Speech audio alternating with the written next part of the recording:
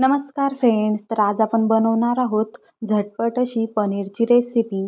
जर एखाद वेळेस पाहुणे आले अचानक आपल्याला सब्जी बनवावी लागली तर ती कशी बनवायची तर त्याची मी आज रेसिपी शेअर केलेली आहे, तर व्हिडिओ पूर्ण नक्की बघा। तर मी इथे एका कढईमध्ये तेल घेतलेलं आहे, साधारण 4 ते 5 पडी मी इथे तेल घेतलेलं आहे आणि यात आता आपण आपला मसाला ग्रेव्हीचा तयार करायचा आहे। तर त्यासाठी मी इथे 1 चमचा मोहरी घातलेली आहे, त्यानंतर 1 चमचा जिरं घातलंय आणि हळद त्यात मी ॲड केलेली आहे। तर यात आता आपल्याला बारीक चिरलेला कांदा ॲड करायचा आहे। आज आपण ही रेसिपी अगदी झटपट बनवणार आहोत, त्यासाठी मी याला मिक्सरमध्ये वगैरे फिरवणार नाही आहे, कारण इथे मला खूप जास्त घाई आहे, कारण आम्हाला अचानक ठरलं की पनीरची भाजी करायची आहे, तर म्हटलं चला झटपट बनवूया। तर आपण ग्रेव्ही कशी बनवायची यापुढे मी त्या सर्व रेसिपी शेअर करणार आहे, तर व्हिडिओ पूर्ण नक्की बघा, स्किप न करता। तर मी यात कांद्यामध्ये थोडंसं मीठ घातलं आहे, जेणेकरून आपला कांदा लवकर शिजेल, अगदी ट्रान्सफर असा होईल। तर बघा मी थोड्या वेळासाठी इथे त्याच्यावर झाकण ठेवलेलं होतं आणि आपला कांदा हा छान शिजलेला आहे। तर इथे मी लसूण आणि अद्रक बारीक ठेचून घेणार आहे आणि ते मी यात घालणार आहे। तर आता मी ते घातलेलं आहे। आता बारीक चिरलेला टोमॅटो आपल्याला यात ॲड करायचा आहे। तर टोमॅटो हा अगदी बारीक चिरून घ्या, म्हणजे त्याचे तुकडे दिसणार नाही आणि आपण हे जेव्हा शिजायला लागेल तेव्हा याला चमच्याने छान असं ठेचून घ्यायचं आहे।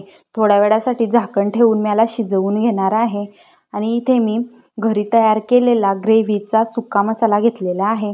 तर हा मसाला कसा करायचा याची जर तुम्हाला रेसिपी बघायची असेल तर कमेंट नक्की करा, मी तुमच्यासोबत त्याचा एक सेपरेट व्हिडिओ नक्की शेअर करेल। तर जेव्हा मला घाई असते, खूप लवकर भाजी बनवायची असते, तेव्हा मी हा मसाला यूज करते। तुम्ही बाजारातला ग्रेव्हीचा मसाला वापरला तरी चालेल। तरी मी इथे साधारण 2 चमचे तो मसाला घेऊन त्याच्यात पाणी ॲड करून ठेवते, म्हणजे तो छान भिजेल आणि तो आपल्याला याच्यात ॲड करता येईल। त्याने आपली रेसिपी म्हणजे आपली ग्रेव्ही अगदी घट्ट होईल आणि पनीरची भाजी अगदी छान अशी तयार होईल। तर पूर्ण रेसिपी नक्की बघा। जर तुमच्याकडे ग्रेव्हीचा मसाला नसेल तरीही तुम्ही ही रेसिपी बनवू शकता, तर त्यासाठी तुम्ही काय यूज करू शकता मी त्याची तुम्हाला पुढे माहिती देणारच आहे, तर व्हिडिओला स्किप न करता पूर्ण नक्की बघा। तर आता ही ग्रेव्ही मी यात ॲड करून छान असं तेल सुटेपर्यंत मी याला शिजवून घेणार आहे। तर यात मी आता थोडीशी कोथिंबीर घालणार आहे, त्याच्याने आपल्या भाजीची चव खूप छान होईल। तर याला झाकण ठेवून थोडा वेळ आपल्याला शिजवून घ्यायचं आहे। तर बघा छान आजूबाजूने तेल सुटते, पण हा खाली लागायला लागला आहे, त्यामुळे याच्यात थोडंसं अजून पाणी ॲड करायचं आहे। इथे मी कोथिंबीर ॲड केली, त्याच्यानंतर मी आता याच्यात थोडंसं पाणी ॲड करून याला थोड्या अजून वेळासाठी झाकण ठेवून छान तेल सुटेपर्यंत परतून घेणार आहे, कारण आपला मसाला कच्चा लागायला नको त्यामुळे। तर ग्रेव्हीत गरम मसाला ॲड केलेला आहे, तरीही वरतून आपल्याला थोडासा गरम मसाला यात ॲड करायचा आहे, त्याने चव छान येते। तुमच्याकडे जर मी सांगितलं होतं की तुम्हाला पुढे मी सांगेल की तुमच्याकडे हा ग्रेव्हीचा मसाला नसला तर तुम्ही काय यूज करू शकता, तर त्यासाठी तुम्ही 1 चमचा मिल्क पावडर घ्यायची। हो, आपण जी मिल्क पावडर आणतो बाजारातून तीच घ्यायची आहे। 1 चमचा मिल्क पावडर आणि त्यात आपल्याला 1 चमचा कॉर्नस्टार्च, कॉर्नफ्लावर तुम्ही जे म्हणत असाल ते ॲड करून त्याला छान मिक्स करून घ्यायचं पाण्यामध्ये, थंड पाण्यामध्ये।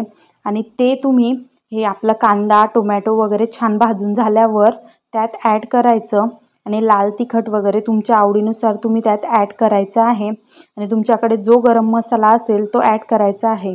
त्याच्याने तुमची ग्रेव्ही अगदी छान आणि टेस्टी तयार होईल। तर तुम्हाला ही टिप कशी वाटली कमेंट नक्की करा। आता मी ह्या मसाल्यात बारीक चिरलेला आपला पनीर होता ना तो घातलेला आहे आणि वरतून अजून खूप सारी कोथिंबीर ॲड केलेली आहे, कारण आता हिवाळा आहे आणि छान कोथिंबीर येते बाजारात, तर मग जास्तच यूज करायची जेव्हा असेल तेव्हा।